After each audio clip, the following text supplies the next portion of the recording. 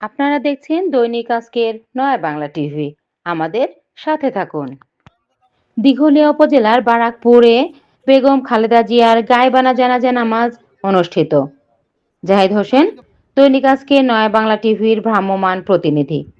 আজ 31শে ডিসেম্বর বুধবার Barrackpore union BNP অঙ্গ ও সহযোগী সংগঠনের উদ্যোগে বারাকপুর ইউনিয়ন কেন্দ্রীয় জামে মসজিদ প্রাঙ্গণে দুপুর 2 ঘটিকায় বাংলাদেশের আপসহীন নেত্রী, তিনবারের প্রধানমন্ত্রী, দেশনেত্রী বেগম খালেদা জিয়ার গায়েবানা জানাজা নামাজ অনুষ্ঠিত হয়।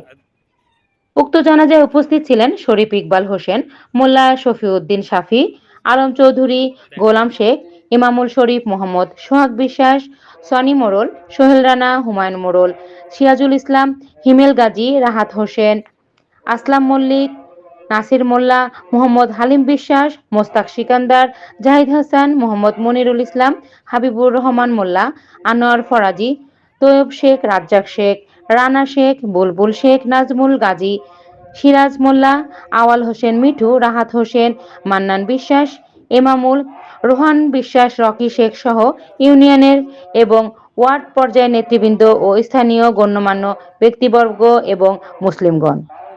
এ সময় উপস্থিত ছিলেন প্রেস ও ইলেকট্রনিক মিডিয়ার সাংবাদিকবৃন্দরা ও প্রমুখ।